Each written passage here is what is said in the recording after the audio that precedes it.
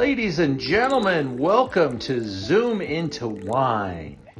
It's time for the show and your host, Ian Blackburn. Hi, Sandra. I need to go mute myself. Hi. Hello, hello. Posso falar em português, mas tem a música alta, então não sei o que dizer. There you go. Perfect. Fantastic. Just speak to all the Portuguese people. We'll be right back. Alguém aqui que fala português? Quem fala português? Speak português. Why do you keep? Because I'm trying to frame what's equal. I speak Portuguese. If anybody speaks Portuguese, let me know. If you haven't, no, it's okay. You don't have to. Just go enjoy the wine. It's all right. Have you guys opened up your wines already? Yes. Yes. Yeah? Yes. What do we think so far? Are they fun? I haven't tried it yet. I've tried it. It's very good. I love Vino Verde. Just hoping a couple of people get on. Sandra's going to entertain you in Portuguese. If you know any great Portuguese songs, Sandra, you maybe break into song a little. That would be great. I don't know if it will be fair or life-changing to your audience for me to sing. So I may just spare them I don't think so. the pain. But no, I wish I'd known I would have played a little fado for you guys. Fado is this really soulful, beautiful, very sad kind of music that you hear in the streets of Lisbon. And I wish I had something at the ready because I would play it for you. But actually, How do you spell Sado? S-A-D-O. Here, you know what? I got one. Yes. Let me see. Tell me if you guys can hear this. Can we hear this? Look at this. Look how tiny the oh my god. They're tiny, both of them have tiny little quirks. Cidade cheia de encanto e beleza, sempre romance a sorrir, eu não vesti, sempre airosa, o branco véu da saudade, cobre o teu rosto, linda princesa, olhos, esta Lisboa do trazer. How good is this to know for future if it closes? Is it going to go away? Este colégio que foi dos populares, eu já não vou tão longe. We're maybe gonna get a kitten, but I don't know how that's gonna be with we got too many guys. All right, Sandra. We might get I jealous. think we're ready to rock and roll. We get jealous. A little history about fado music. So, one of the reigning queens of fado is this gal named Amalia. And has everybody actually been to Lisbon? Yep. Good. Okay, good. So there's this little area of Lisbon called the Chiado, which is these little back streets that are just filled with these tiny little restaurants. And this area is known for having some of the best fado in all of Portugal. And the queen of fado, her name is Amalia, she actually came from one of those restaurants. She was a waitress, and people would go to these restaurants, they still do to this day, and literally anybody from the cook to your waitress to anybody in the restaurant who wants to sing, they will sing. But Amalia was just so spectacular, and she had such a beautiful singing voice that she actually made a career out of it. So if you guys were to look up Amalia, it's just the most beautiful fado you can ever hear. So I certainly encourage you all to take a peek. So, and with that, we can go into the world of Vinho. Awesome. Well, Sandra, I want to thank you for joining me tonight. I'm really, really excited about this evening. We got some beautiful wines for everybody to enjoy. Everybody that's bought a ticket for this got 2 bottles sent to their home. And we really enjoy putting these Zooms on. Zoom into Wine is what we do now. For 25 years, I've been hosting wine classes and tastings all over the city of Los Angeles. We started off as Learn About Wine, and we moved into Wine LA. And now we're Zoom into Wine. And we also operate our wine store, Merchant of Wine, where if you bought the ticket for tonight, I want to remind you now, before you forget, that you have $20 credit in the store tonight, and it should have already been loaded into your account. Of course, if you use a different email address, it won't work. But if you're on the Zoom tonight and you buy wine tonight, I'll make sure that, and you bought the tickets for tonight, I'll make sure that you get the $20 credit on any purchase that you make this evening. It's good for 24 hours. So whether you buy the wines tonight or any wines in the store, by the way, it doesn't have to just be tonight's wines. If you're a big fan of these wines tonight, which I hope you are, they're tremendous values. They're really good at what they do. And Sandra actually graduated from our wine school, Learn About Wine School, and passed our bar exam and became a wine importer. So she's one of our great success stories, and we're really proud of you, Sandra. Thank you. I think I fell into wine kind of how a lot of people do. They just like to drink the stuff. And of course you ask yourself the hows and the whys and why are we here? How did, a grape become this? And how is this different from any of the other ones that you had from any other part of the country? So, looking to see what was happening in LA, and I came across Ian, and Ian was just so passionate about everything that he was doing. And, I remember just really wanting to look into Portuguese wines, and there really wasn't a whole lot. So I decided to go get my wine MBA at Sonoma State University. So I was traveling to and from Napa for the better part of 17 months to get this business degree in wine. It is about as fun as you think it sounds. So, and then I was like, look, Portuguese wine is an incredible value, high quality, and not a whole lot of price. So why are people not really enjoying it here? And that was really how I launched my company and what we're doing. So I'm Portuguese, no surprise. And I grew up going to bridal parties and all these places where people gathered, and there was one wine. It's called Casal Garcia, and it's probably the cheapest wine you can come across from Portugal. And for the better part of 15, 20 years, I could have sworn that was the only wine that Portugal ever made, because I didn't see anything else. So there's no surprise that being here in California, you weren't really finding it out there on the shelves, even in these like boutique wine shops.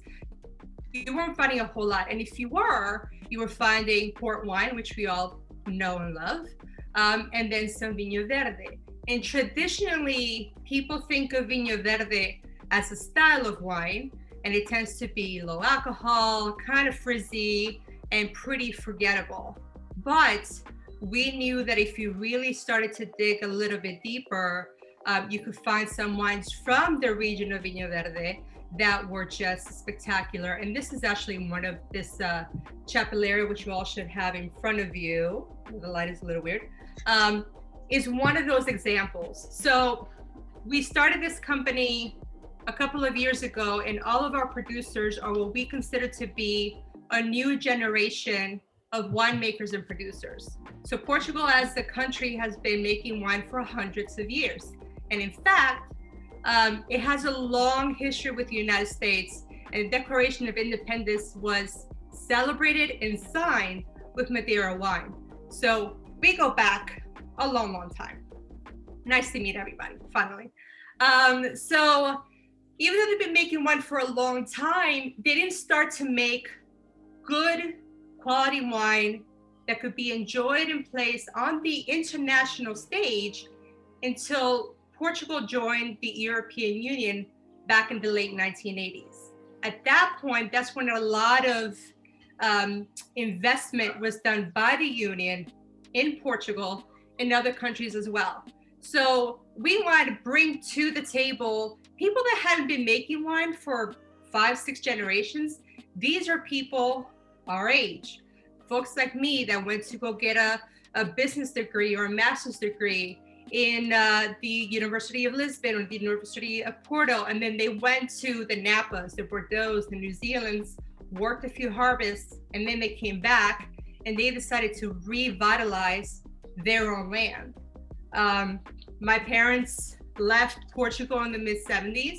There was a huge exodus back then. So there's a lot of land that was left empty. So a lot of these producers went back to their grandparents' land or their parents' land that had been sitting barren for decades. And they said, you know what? We're going to plant some grapes of varietals that do well here. And we're going to do wine how we feel wine should be coming from Portugal. And with over 250 varietals, they could afford to be authentic. They don't need to be somebody else. They don't need to create their own version of a Cabernet Sauvignon. They're like, we have 250 varietals. Let's just go ahead and do something that feels very much like us and that tastes like who we are. And that's how we landed where we are today. Very cool. Well, Sandra, we have a wonderful PowerPoint to take us through a bunch of information. We are live on Facebook, and we've got a wonderful large audience tonight. And I want to just spend a second and recognize a couple of folks before we get too far in. But Jim Hughes, great to see you on our Zoom tonight. Thanks for joining us. Hey, Steve. Hi there. Sharon and Brett, thank you for joining us. And Steve and Rachel and David Cam. Hi, guys. Kristen Clapp, hi there. Welcome. Wendy, good to see you again. Thanks for joining us. David and Maria. Hola. What did Maria make tonight? She's amazing.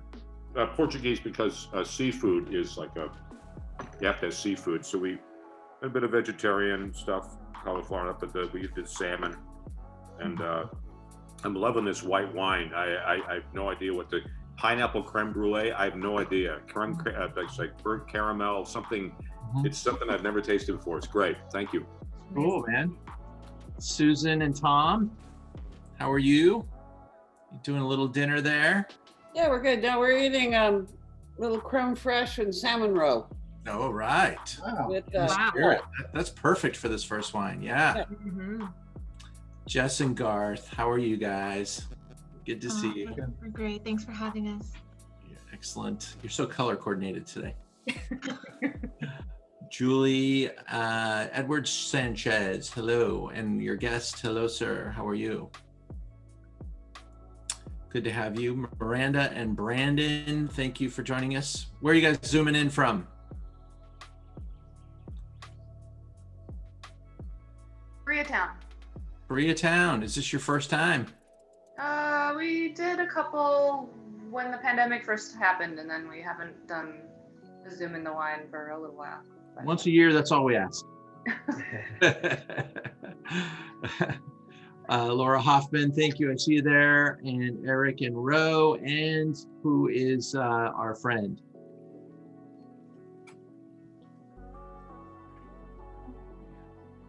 This is Bodie. Hey, Bodie. Bodie, cute. We love dogs on the Zoom. Yep. Danielle Blunt, how are you? Thank you for joining us. I'm good. I'm a first timer. All right. Where's home? Anaheim Hills, California. Did we get the wines to you? You certainly did. Woohoo! I love it. All good. All right. Setsuko in Japan, if we, it's Setsuko, I was thinking about you. If we plan in advance, we can get the wines in a box and get them to Japan.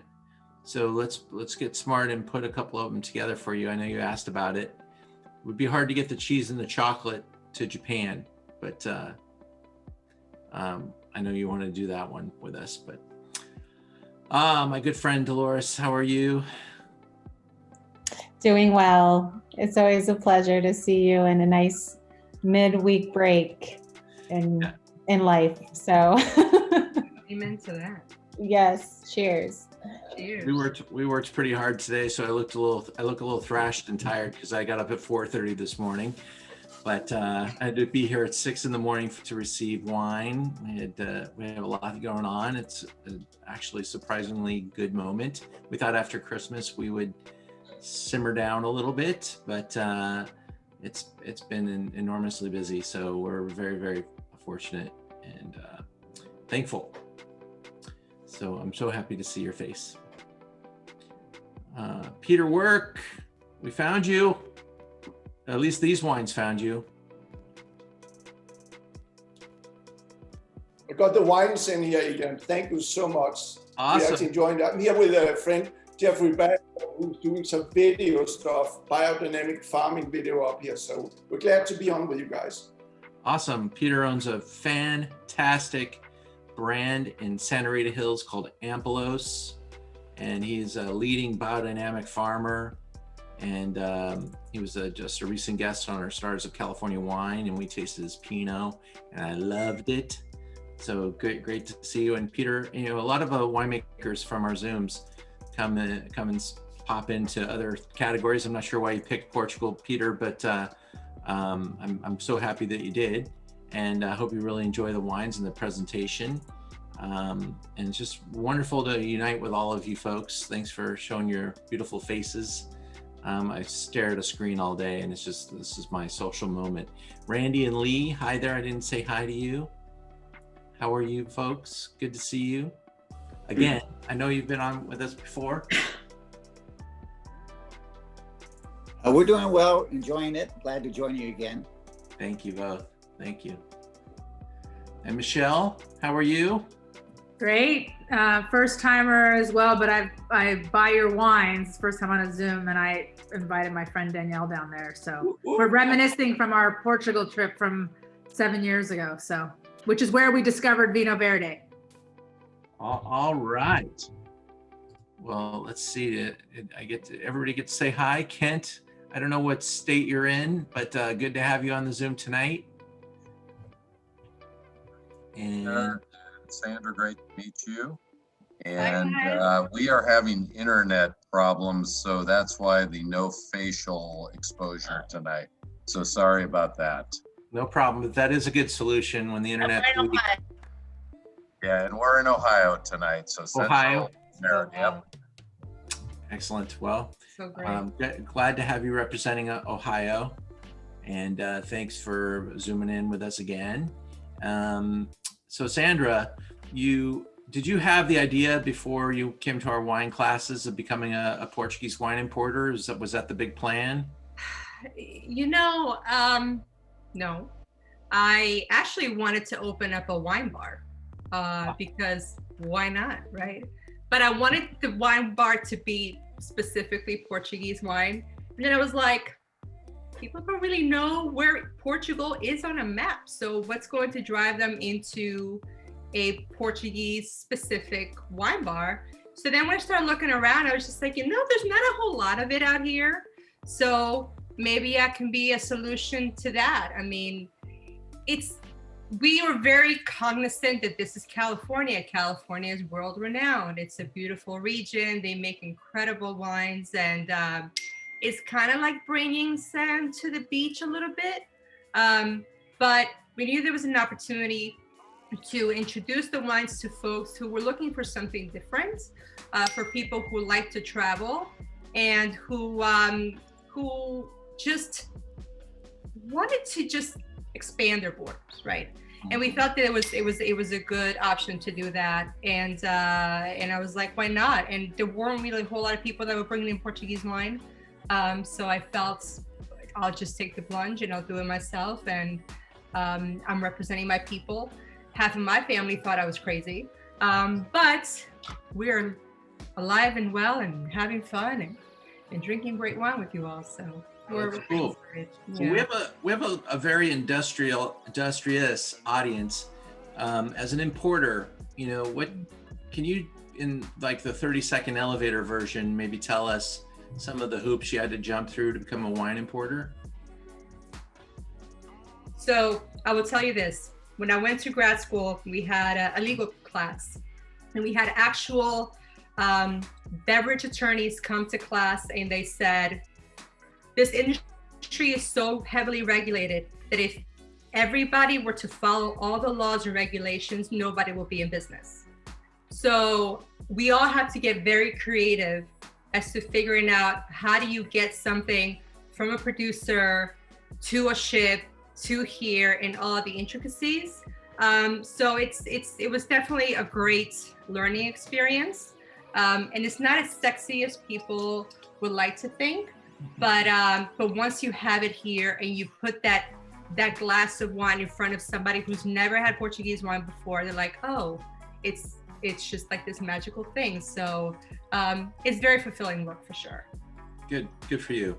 Thank you. I mean, it's a big project to move from, not doing it to getting into it to figuring it all out. I would imagine, there may be a little bit of a playbook for some of the other countries of the world, but Portugal's, pretty much dominated by either the big players who have a wine or two in Portugal, and they probably consolidate their wine shipments somewhere else. But to get it out of Portugal and to get it here and to live to tell about it, that's pretty awesome. So I'm going to toast you and thank you for representing our wine school in the world of Portuguese imports. Yes, cheers thank to you. Everybody. Yay, awesome.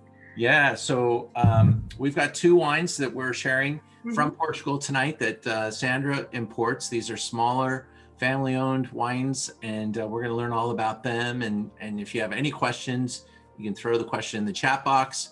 You can wave your hands and or interrupt Sandra, whatever you want to do. Those are the rules.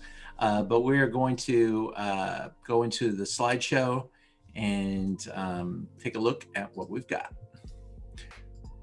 Again, if you fall off or if you have problems watching, we do post this onto our Merchant of Wine page on Facebook. Sometimes I put it on some of the other pages as well, like Wine LA, and sometimes even my personal page if I have time and the energy. But we're gonna get started here. These are your folks. Yeah, those are my parents, and that's us, being silly in Port. Port is probably one of the most incredible cities in Portugal. The entire place is just awesome. And below them are pictures of my father when he was younger, and also his father, who's the guy on the right. And those are cows that he's posing next to. And his name was America, like America, Dennis. So I decided to call the company Denise Cellars because this is an homage to country and family. And my grandfather, if you see in the back, that's a grapevine. Not really sure what it is. A lot of these folks in these really tiny villages just had stuff sort of planted randomly everywhere.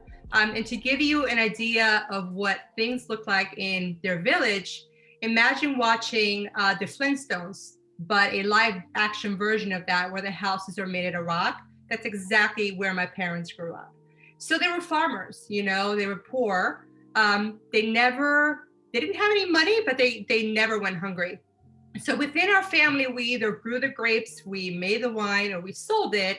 So even my grandfather, that's his house, he had a little tavern. So at the end of every day, people that he would know from the village would come over to his house and he would pour them a glass of whatever wine he made the previous week. And that's sort of like the wine du jour. So there was always this thing with wine where for us, it wasn't something that was considered luxurious. It wasn't something that was considered special to bring over on a really important meal or a birthday or a holiday. Wine was like another family member. It was always present. It was always at the table. And another fun fact about the name Denise, there was a king back in the 1400s that was called Dom Denise, and he was known as the farmer's king. So if you were a farmer and you needed help, he was sort of your savior. So we want to represent country and family with our name. although you kind of need to hear the history to sort of get it. Cool.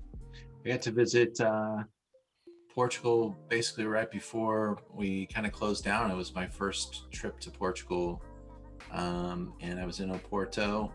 Mm-hmm. Actually did the Portuguese wine competition. It was Oh, wow. fun. Yeah, I got to be a judge. How was that?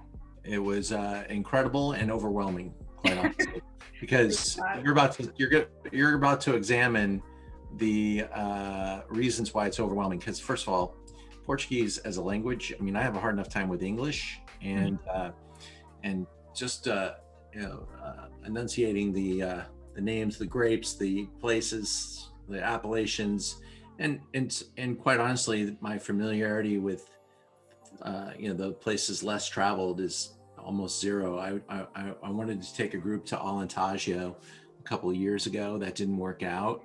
Mm-hmm. But I've known Alentejo being a great destination. Lisbon, of course, a major destination. Oporto is where most of the wine business takes place. Mm-hmm. But there are wine regions everywhere, and there are grape varieties you've never heard of before.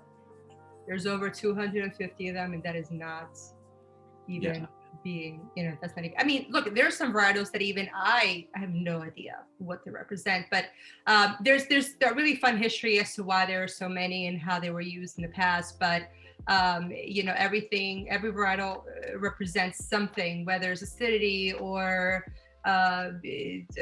mouthfeel or structure. So back in the day, people just kind of randomly planted things wherever they saw fit. And then they had this field blend. So you didn't really know what you had.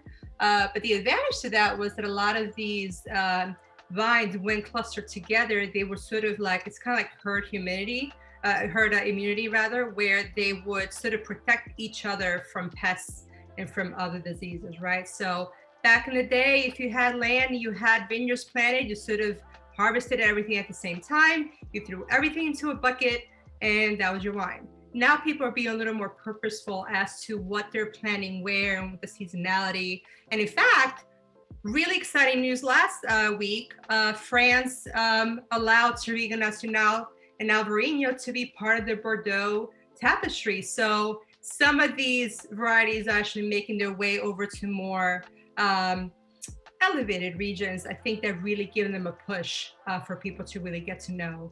Yeah, that's about global warming and the future of the varietal set in Bordeaux and here in Portugal, where it's considerably warmer.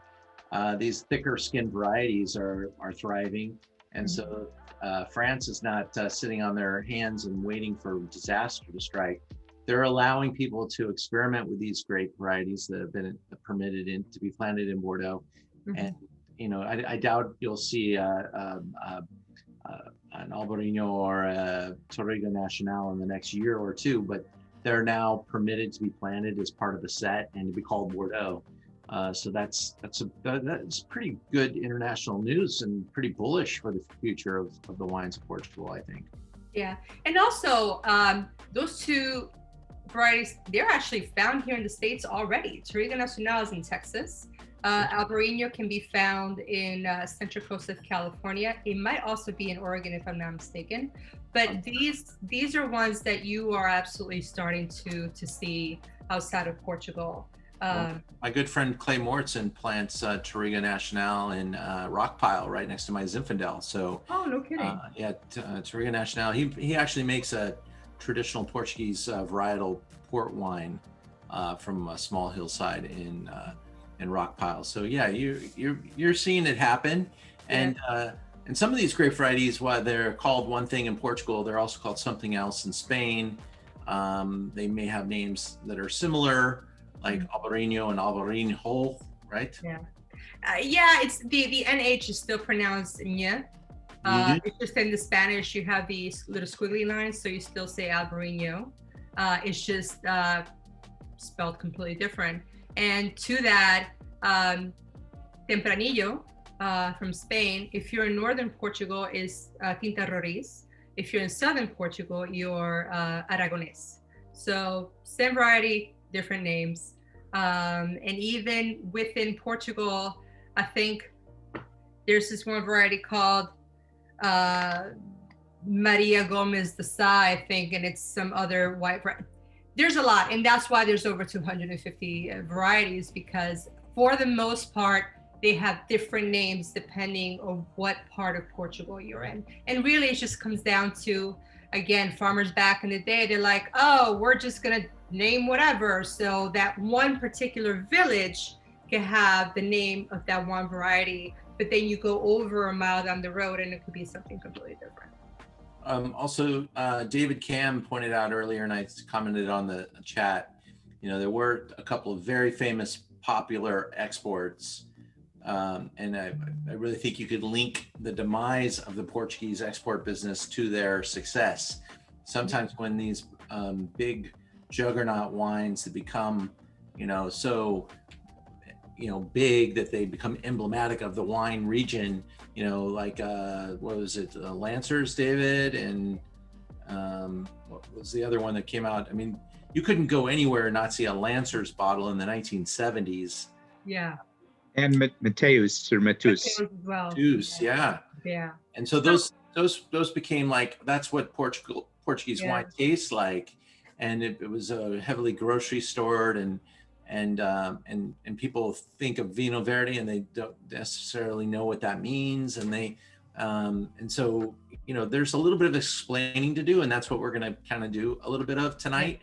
Yeah. But, if you dive into these wines, and I think if you tasted 20 different Portuguese wines, you will see some pretty serious efforts. And I think you'll be very surprised at how good these wines are at all levels. I mean, they really are coming in with some delicious, delicious stuff. So do you want me to stay on this slide, or can I go to the next one? I want to highlight something here really quickly. I don't know if you guys can tell. I tried to highlight it as best as I could, but in the northern part of the country, there's like a neon green arrow. That is where our first one comes from. It is in the Vinho Verde region, but it's closer to the Douro Valley, the Douro River. So that's where we're at first off, and we'll talk about that. And then we go down to the lower third, you see a red arrow. And that is where our red wine comes from. That's from the Alentejo region. It's in between the 17 and the 18, but it is a Vinho Regional, or a regional wine from Alentejo, and we'll get into that. So I just wanted to tell you guys where geographically these places were at. Okay, so this is our first Vinho Verde. Is actually, well, let me backtrack. It's our first white from the Vinho Verde region. It's one of 3 that we have in our portfolio. We're really trying to get away from calling the wines Vinho Verde. So growing up, again, Portuguese community, Vinho Verde, still to this day, still means green wine or young wine. So it's wine that is, it's been harvested, it's been fermented, but it's meant to be drunk relatively quickly. But we are not wanting to call wines from the Vinho Verde region, specifically Vinho Verde wines, or Vinho Verdes, because they're more than that. And this, I think, is an example of what you can find in the region that is not what you think it should be, right? So there is a little bit of spritz, there is some acidity, but there's some beautiful tropical and floral notes. It's very drinkable, it's very fun. So I think that what we're trying to do is we're trying to get people to rethink about Portugal and forget about whatever they thought, they knew. And we want to give people a different version of what these wines are like. So this is a blend from the Vinho Verde region. Arinto and Loureiro are the varieties. And Arinto is used mostly for acidity, but Loureiro is used more for the aromatics and for the fruity notes. This has been a wine that once we got to LA has become relatively popular and easy to drink. So if you're looking for a very refreshing, fun white wine for the summer, this is great. This again is from a producer. His name is Carlos Fernandez. Chapeleiro means hatter. This is an homage to his grandfather, who was known as the Hatter of the village where he grew up.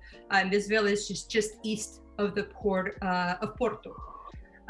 So there's something really interesting that I noticed with a lot of our producers. All of these guys started between 2007 and 2010. So if we think about the time frame, it was right after the recession.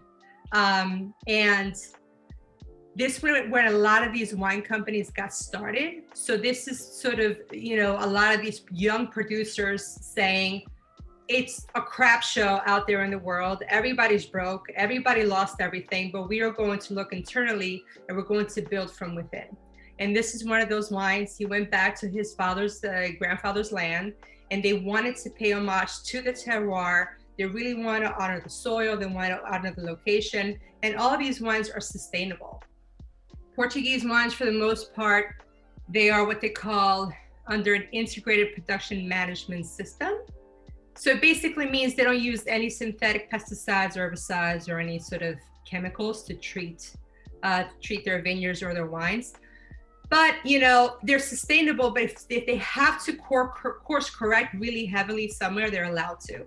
So they're sustainable, but they're not going to label themselves organic or vegan.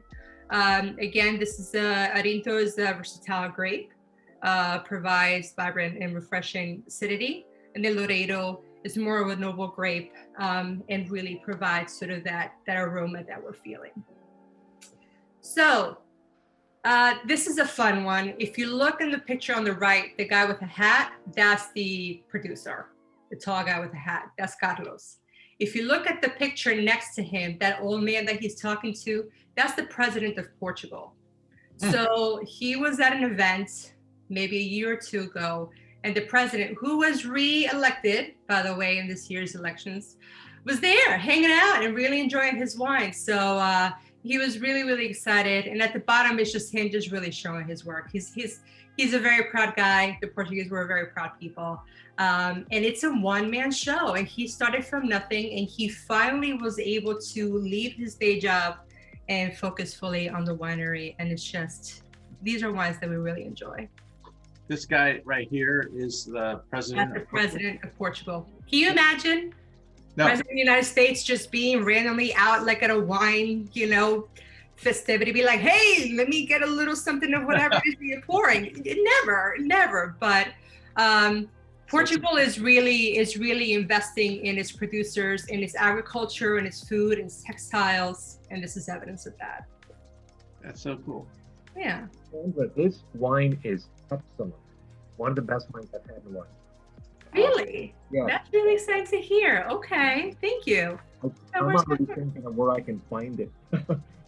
Well, that's why you got Ian and myself. So we can fix that for you. We got the goods for you, Bubba. Thank you. It's excellent. Of course, thank you.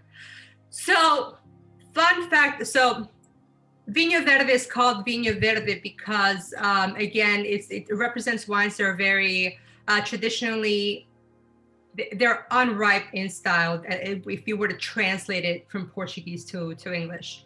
And you have to think of the region kind of like how you think of Oregon and Washington, is in the northernmost western part of the country. So it tends to be very wet, very rainy, very cold.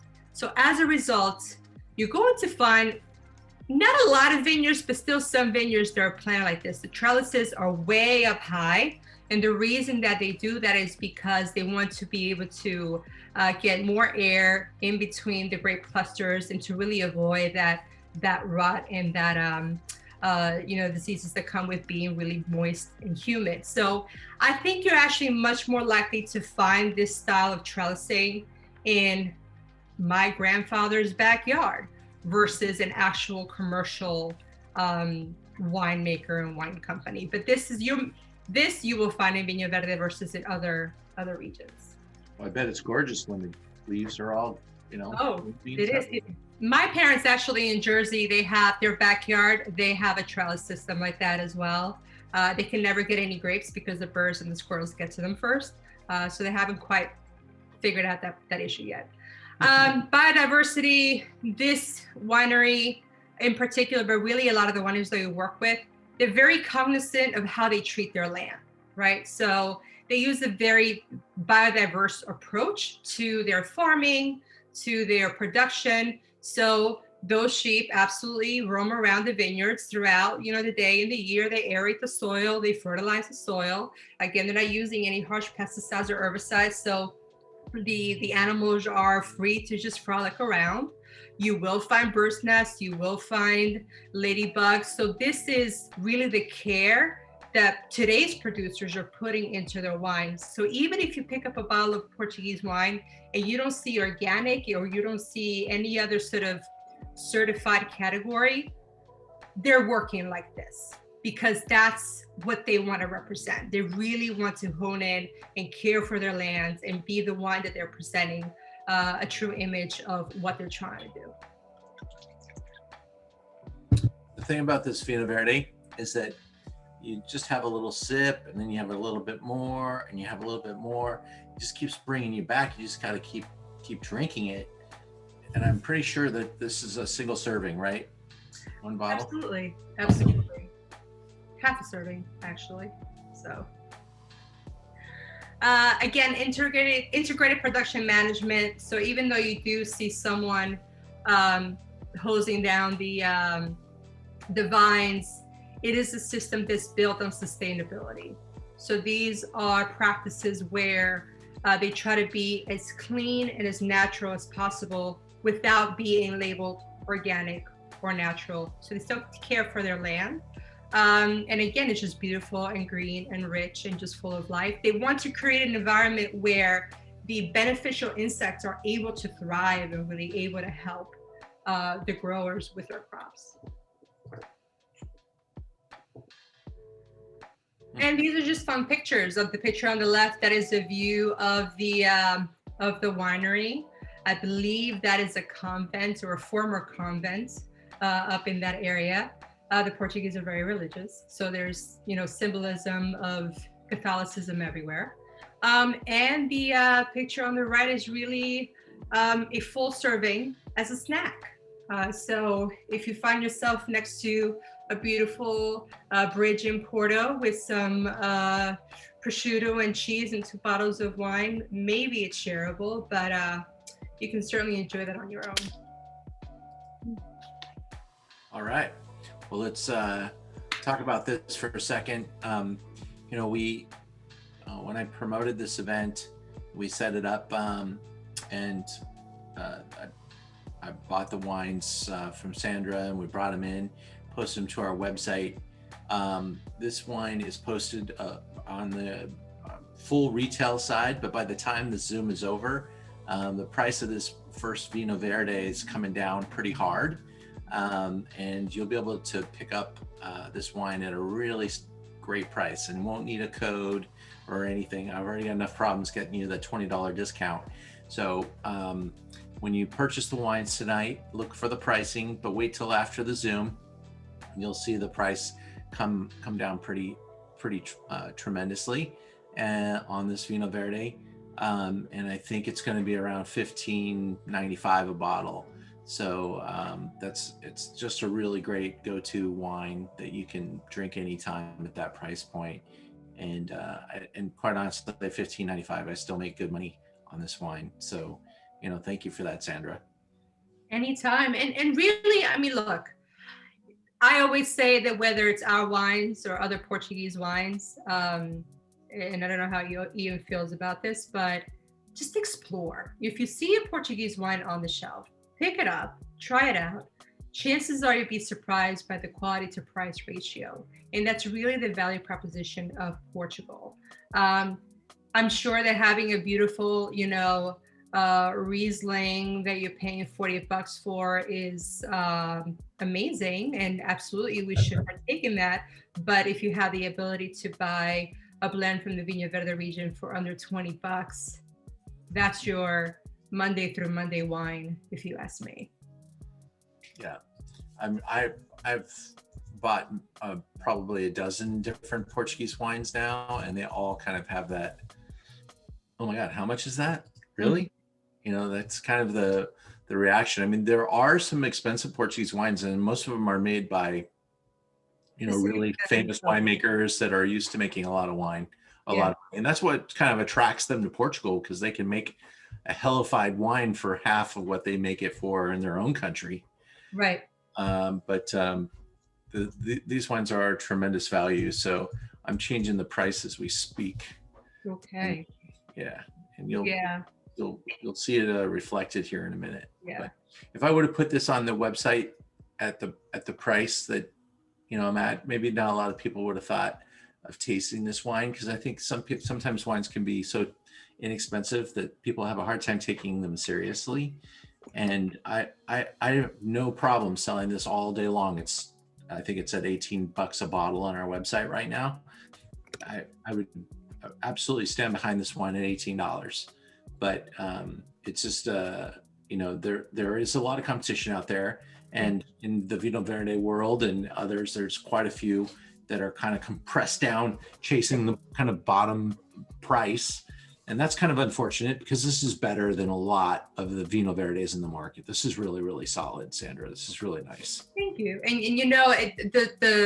I get that a lot from people when I go see buyers, and they're like, wait, this is how much? I'm like, if you want me to charge you more, I'm happy to charge you more. But but we just want people to be excited about it, but we don't want people to feel like because it's a lower price wine that there's something wrong with it, or it's not as good, or it's not worth buying.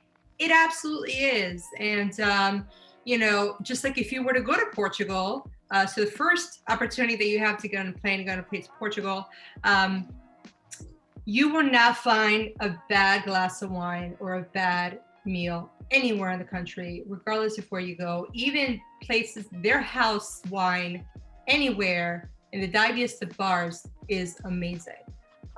Just because we love to eat, and we build wines around all the food we love to eat. So regardless of cuisine, these are just very gastronomic. You can have them with really any cuisine that you're into. But it's just, if you see something on the shelf that feels like, I don't know, it's like $13, get it, try it out. And then you can decide how you feel about it. So don't let price, guide you and be like, I don't know, maybe it's not so great, because it's not $25 or it's not $30. So give them a try. And so now it's $14.95 and it's all set up. So have at it, and there's plenty there. Mm-hmm. How are we okay on inventory, Sandra? Yes, we are. Okay, good. We actually just got a new shipment in November, so we're fully stocked. We just did a dinner with Carmen Litch, and we sold a good amount of wine after the dinner. And one of the wines is like 90 days away. So should have asked that before, or they should have told me, because we cleared that with them. But that is the problem with getting stuff over from Portugal. It's about a 6-week turnaround. So we put in an order in July. It doesn't hit our shores until end of October, beginning of November. So it's a long process. And I've had people be like, oh, I want X number of cases of XYZ. Like, well, I won't be able to get it here for 2 months. So it's a bit of a game, but it's all good. They're having all kinds of problems in the ports right now. Yeah, that's true. And Portugal is shut down again because of the new variant. So they're back to being completely shut down, which is really unfortunate. But wineries are still working. They're still doing work in the vineyard. So, they don't sleep, and neither will we. So.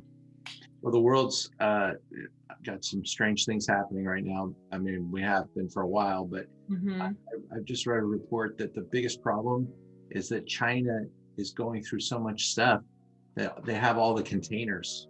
Nobody has any empty containers right now. Can you imagine that? That's a lot of containers too, because there's millions of them out there, floating in these oceans. But it's really a supply chain issue, which is, one thing affects the other. But for now, for you guys, we have plenty. We have plenty in stock. So good job. Yes. So we move into our red. Yes. So this one, and I don't know if Jim is on, Jim Hughes, my buddy and my fellow classmate when we were together with you. When we started the company, I come from big corporate. I actually still work at Disney in marketing. And one of the things that we do in marketing is that we do focus groups. So we show stuff to people that we want to introduce into the market. We get their thoughts, and then we decide whether we want to make changes or not. When we first started, we brought a bunch of wine over, and we got a few of our friends, Jim being one of them. We're like, tell us what you think about these wines. And this one was in the first batch. And what we love about this one is the fact that if you have somebody who's never tried a Portuguese red before, and they're a California wine drinker, you put this wine in front of them and they immediately get it, right? Like it's recognizable. It's no longer this, where's Portugal business. They understand it, if it's familiar to them. And we call this wine our bridge between Portugal and California. This is from the Alentejo region, and Alentejo is just east of Lisbon. It's more inland, it's closer to Spain. And Alentejo and California are very similar in terms of climate. So they're hot, they're dry, and the wines coming out of this region, they're more full-bodied. This is also one of the regions where you're going to find more international varieties. So as you can see here, Cabernet Sauvignon and Syrah, they're not 2 of the 250 native varieties of Portugal. Alicante Bouschet came from France, but it came so long ago that it's considered a native variety. I don't know how that works, but Portugal has a history of claiming things as their own when they really aren't. But we won't go into that history. But this is really what we think is, it opens the door for future Portuguese wine drinkers. And this is consistently highly rated across the board, 90, 91 points every time we brought it in. And this is actually a project of 2 families that came together in 2010. And they really had a dream of doing big things in the Portuguese wine world. And they started to invest in themselves, in the region. The first regions that they invested in was Douro and Alentejo. And now they've grown. Every time I look up, they're buying properties somewhere. They're now in Tejo, which is right next to Lisbon. I think down might be down the road.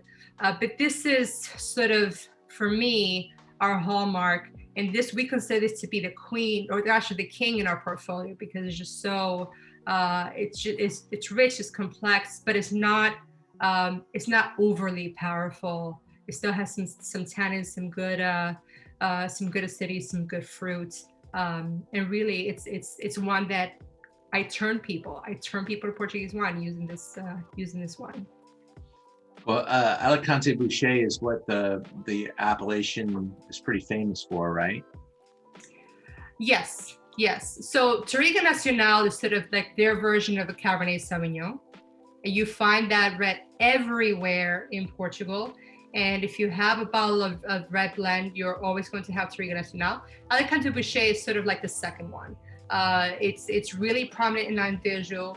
You are starting to see some monovarietal wines that are particularly Alicante Bouschet, but it's just such a friendly variety that, it's being planted all over the world. So of course it takes, kind of center stage in Alentejo.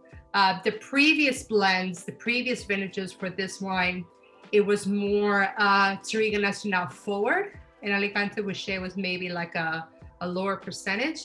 But in this one in particular, they actually upped the blend to about 30%. All right, don't answer the question, Sandra, but I'm throwing it out there to everybody else. What is Alicante Bouschet famous for? What is the one thing about Alicante Bouschet that is kind of unique? Does anybody know the answer? Well, it is, I'll just tell you, pick out of misery. It is a red-skinned grape that has red juice, red flesh. And so the juice is immediately red. It's one of the only grape varieties that we make wine from, it's famous anyway, that has that principle. Most red grapes with red skin have white juice in them. And Alicante Bouschet is one of the only red-fleshed grapes out there. So it's kind of unique in that way. And the wines that Alicante can make are pretty interesting. And it's field planted here in California along with Zinfandel. It's a a kind of a frequent Italian field blend grape variety. And so it does appear in a lot of old, they called them all blacks, black grape varieties that were planted by the old immigrants in the 1850s here in California. So you find a little Alicante, a little Cinsault, a little Grenache, in the old field blends, and along with Zinfandel.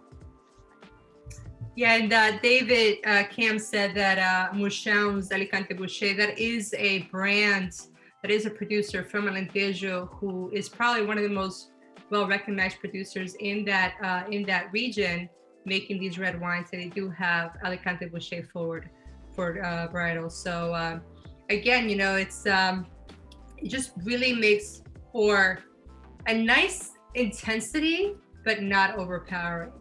And just the fruitability of it is really lovely. It's another wine where you're like, how much is it? Yeah, it is. And you know, they use French oak barrels that they hang out for 12 months.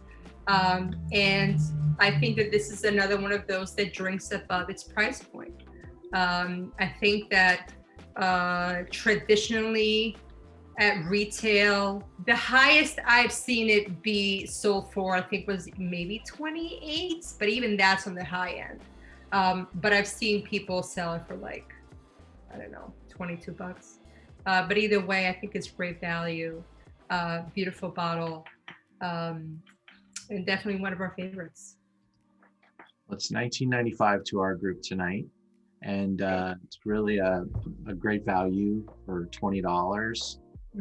And I think it definitely drinks like, you know, a $30+ bottle of wine. And it's got good richness, color, dark fleshiness, concentration. You know, when you're talking about a $10 bottle of wine, they tend to feel like non-fat milk in your mouth. This has got that weight and that concentration, that mouthfeel that speaks to its, you know, better quality, better ripeness, better winemaking. And I think it's really a fun wine. And for $20, it's a no-brainer. Yeah, it's an incredible deal. So, and really, all of our wines, they hit well below the $20 retail.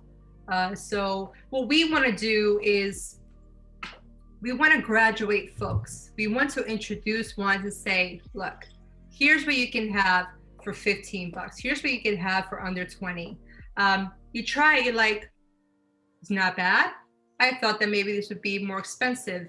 And we want to introduce people into the region, like, come in, sit down, have a glass of wine with us. And then once you start to explore a little bit more, we want to be able to bring in wines that are a little more expensive. But by the time you get there, I mean, these are still incredible value wines. But again, whether it's a special occasion or your typical, was today Wednesday, you can have an incredible wine for under $20. So we just want people to grow with us and to really enjoy the country as much as we do and what's coming out of it. So, Sandra, what do you know of the laws that are over there established that Americans can buy property?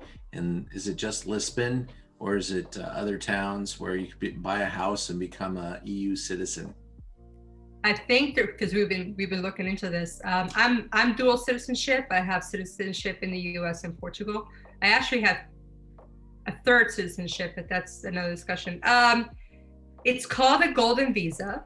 I think if you invest $500,000 in something, it could be real estate, it could be a company, you do get a visa that then leads you onto citizenship. It's sort of a quick pathway to citizenship. And what's funny is that last time that I was in Portugal, that I was in Lisbon, you were seeing a lot of Asian families, and there were a lot of vineyards that being bought by Chinese, by Koreans. So this is part of what the country is doing to open up the borders and really get investment into the country. But you know, you don't need to have $500,000 to invest. You can still go and get an incredible house for $200,000, and you have a vista of the ocean, and it's 5 bedrooms and a pool and this incredible land, and at next to no rates. So not that I'm trying to overflood the country with expats, but if you're looking for a place to retire and have really low cost of living, that is a great option for you. They will take you in. We're very friendly. Very good, very good. Well, let's take a look at a few more shots. This is the gentleman behind the wine. Yeah, so this is one of the two. So when I say the two families, this is Pedro. He is the Seixo in the Santos and Seixo, which is the name of the company. And he is just a hoot. He's young, he's vibrant, and he's really the driving force behind their growth. And as you can see, that's just one of their lines. They have wines from the Douro, from Lisbon, from Vinho Verde. Their rosé is actually pretty spectacular, as is. And one of the wines that they had there in the white label is unoaked version of what we're drinking. So they're really diversifying what they're doing, and they're really just going after the market in a really strong way. But he's just a vibrant guy. Looks like it. Yeah, he's fun. Sandra, I have a question on the red. Is it age? Is it better to keep it longer, or are these kind of more younger wines that you want to drink sooner than? You know, they're ready to drink now, but if you want to hold on to them, you absolutely can for the next couple of years. But I think they're ready to drink now.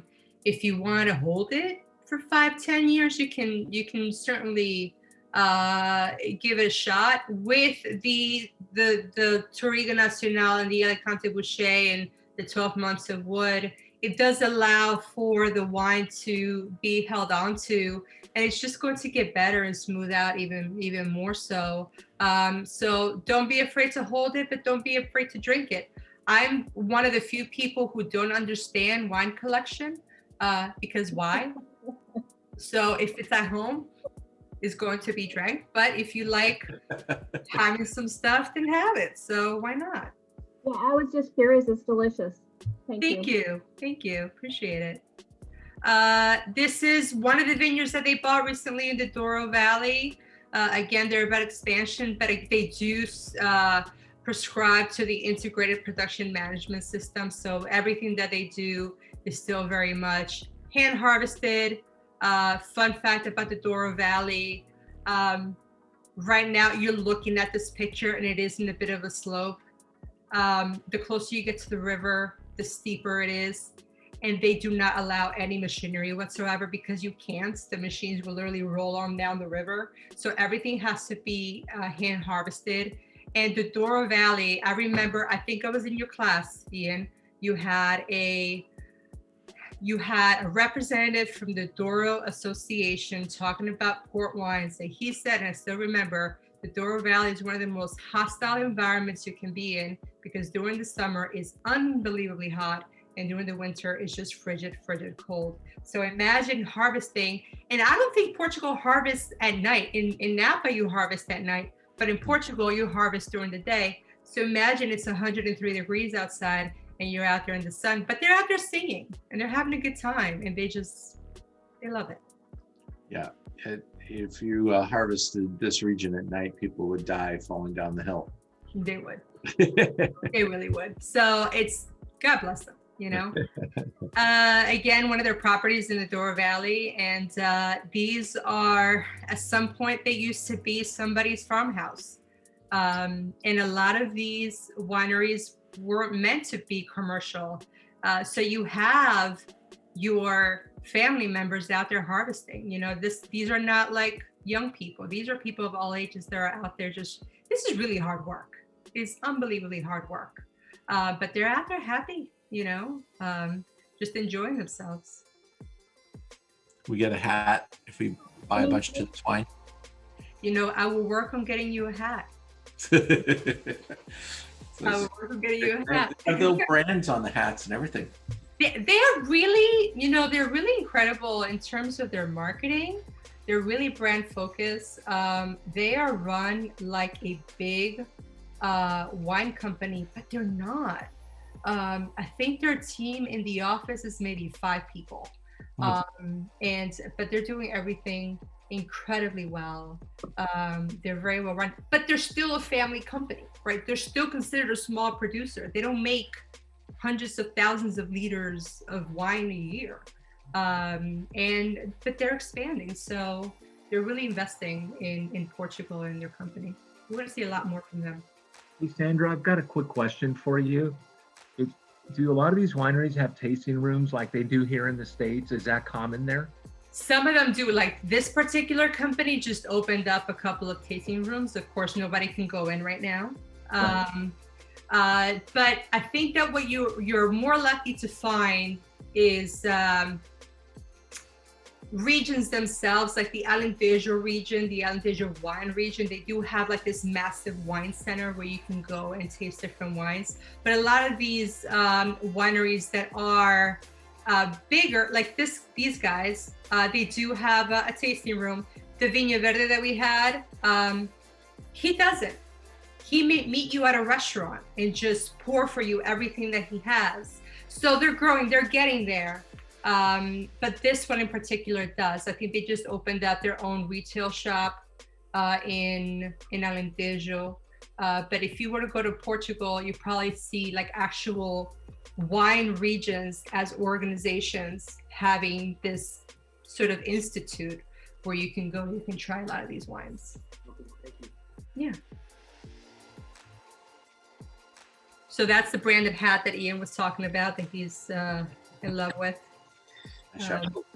Yes, the chapeau. And again, just like these are everyday people, you know, and these wine companies, they hire people from the community to harvest. So they're not necessarily calling on migrant work. They hire within their land. So if they're harvesting in the Douro, they go to the village next door. And they hire the people from there, and they work in these fields. But it's a very well-run institution. I think that's Touriga Nacional. They're also very female-focused. You know, they're all about diversity. They're all about inclusion. They're all about giving the women in their company the opportunity to shine. And her name is Viviana, and she's the gal that I deal with when it comes to importing, and she's great.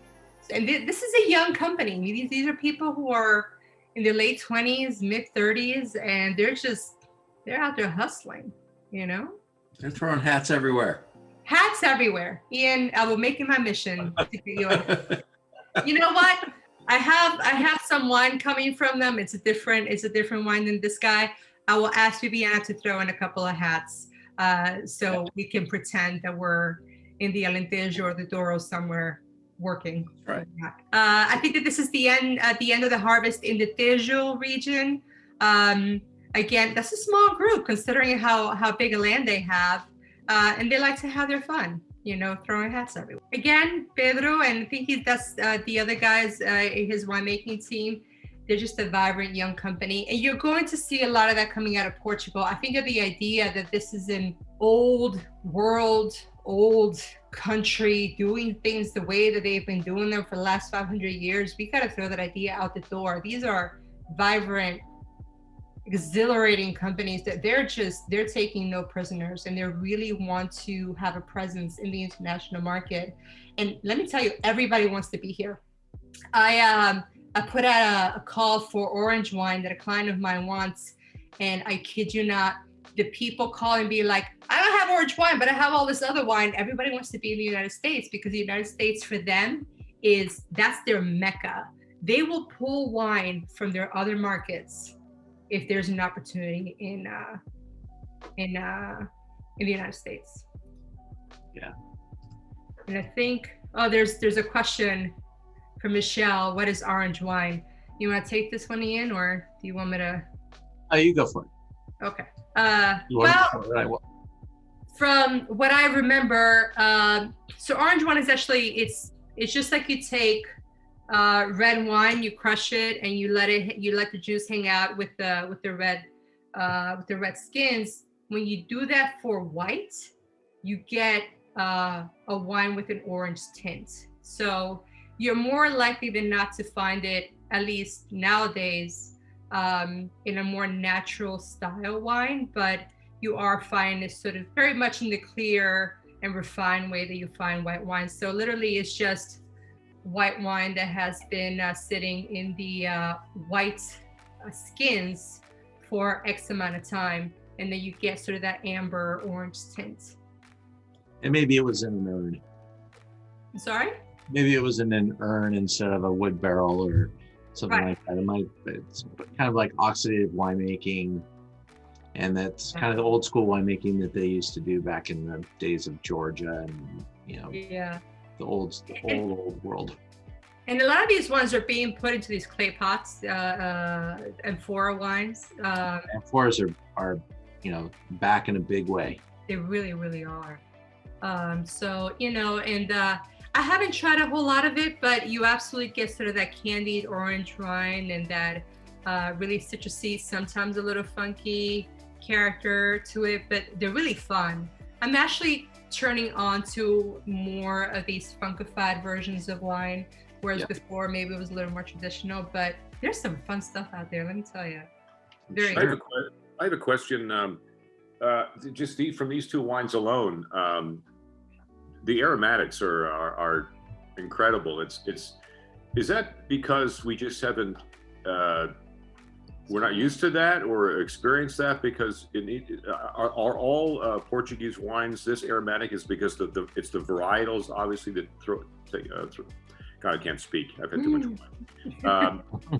What's the story on the aromatics? It's just I don't like even the glass. Like it's empty, but I'm still going in for it. So they're really great.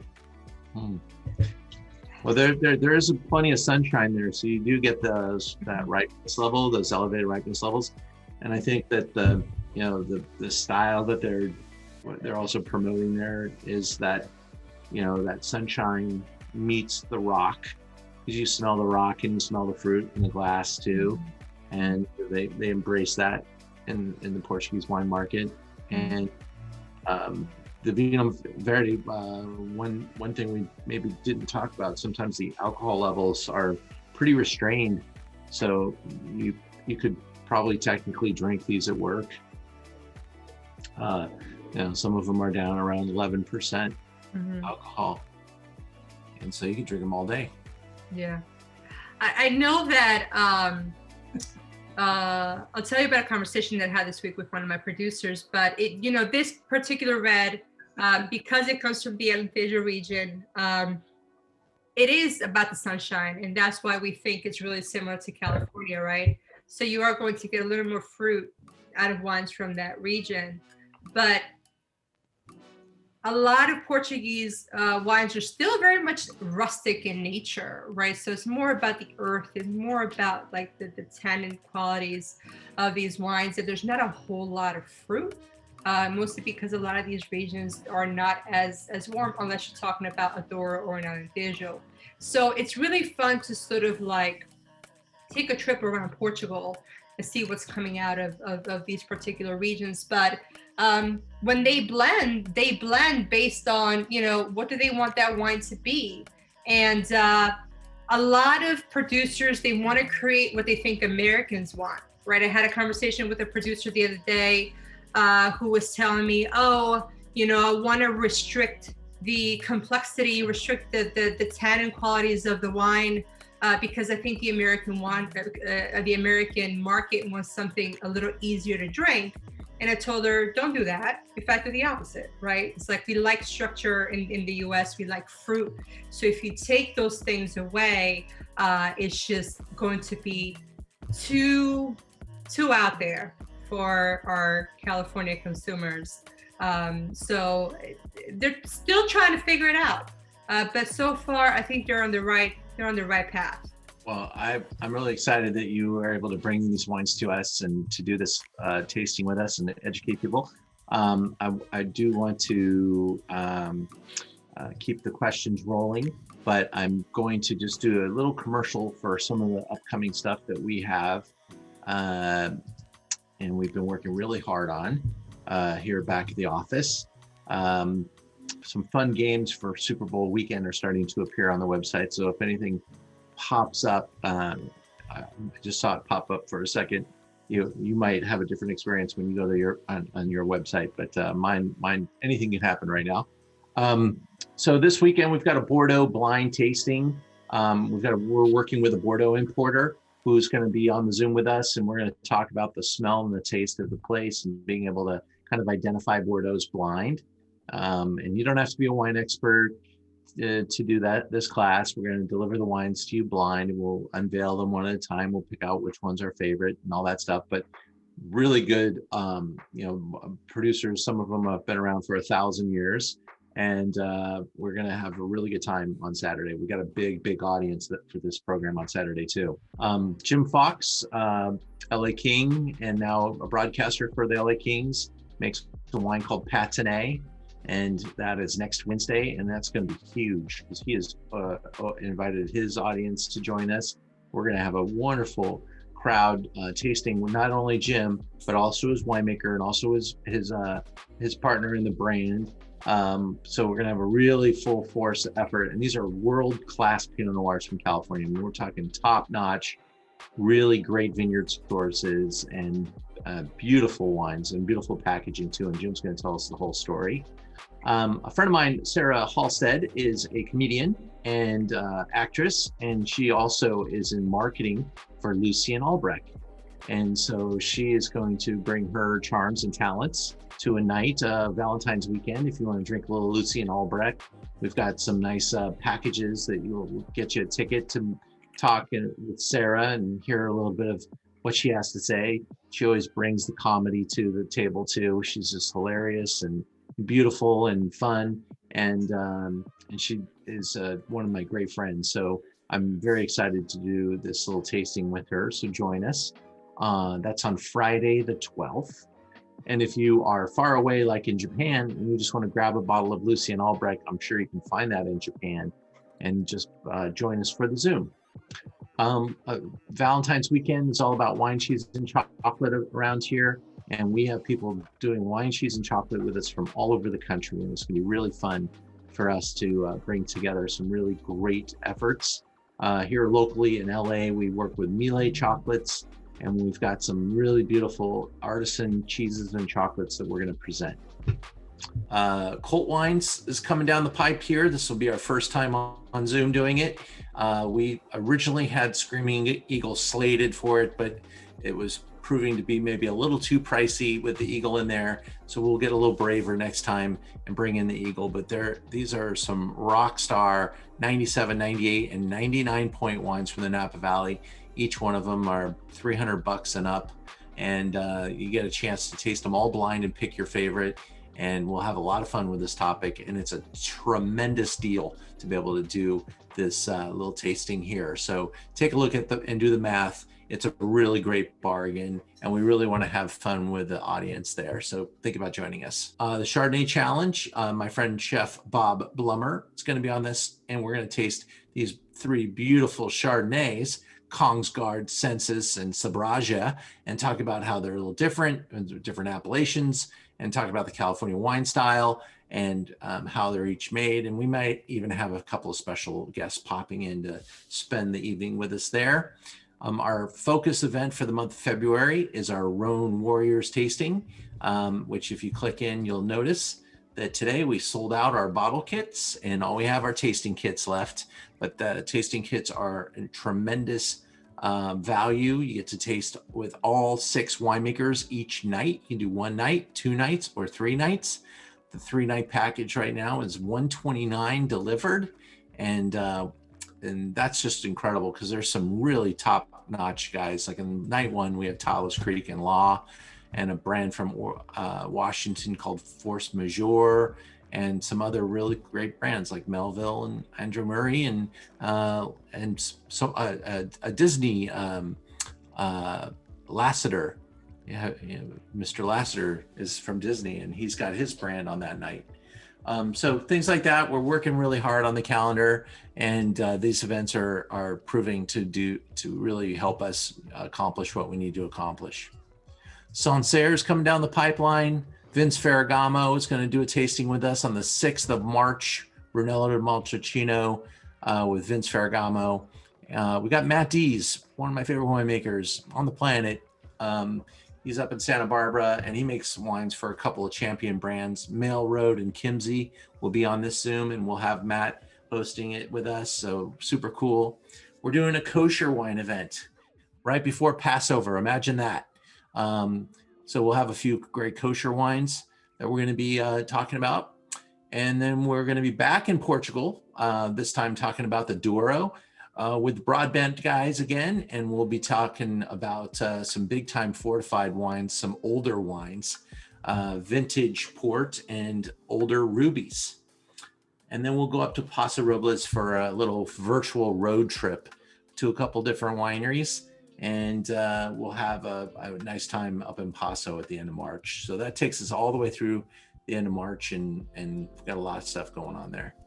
One of the big things I'm going to announce right now too is that we're about to rebrand our Wine LA site. It's going to be called Learn About Wine Again, and that's going to be our wine education home. We've been working on it for years, and we're going to be announcing some new educators coming on to help us and some new programs. But the first things first, we're going to get that website up and operating, and then we'll be bringing it to Zoom and hopefully taking classes all over the world. So it'll be a lot of fun for Learn About Wine, and a big step for us. So that's that. Sandra, I want to thank you again for being with us. And if anybody has any other questions about the wines or anything else, please chat away or talk away. And for those of you that want to disappear, we want to thank you very much for being with us tonight. And hopefully you'll Zoom in soon and join us. And remember, you've got $20 to spend. If you supported the Zoom tonight and you received the wines, $20 should be in your account. If you sign in with a different email and it doesn't work out, I'll take care of you after the transaction's over. Trust me, we'll fix it tomorrow. But everyone go in and buy whatever you want to buy tonight. If you want to support Sandra and her wines, they are a great value, and we would deliver potentially as early as Friday, probably on Saturday or Tuesday with your orders, depending on what time you place the order. So thank you, everybody. Thank you, guys. It really has been incredible just being here and talking to you all. I miss seeing people. Hopefully once, things open up, maybe we can actually be in a room together and get to experience things personally. But this was a lot of fun. Hopefully you guys have to chase something new that you like and that you would, want to continue to enjoy. But my parting message always is that if you see something on the shelf that looks interesting, just try it. Whether it's mine or somebody else's, just give it a try. And hopefully you really will enjoy what you take home. So, obrigada. And if you want to try any other wines of mine, just hit up Ian and we'll get in touch and we'll figure out all the things. So, okay. Excellent. Obrigada, guys. Excellent. Thank you, guys. Thank you. Thank you. It was wonderful. Thank you. Appreciate it. Bye. Bye.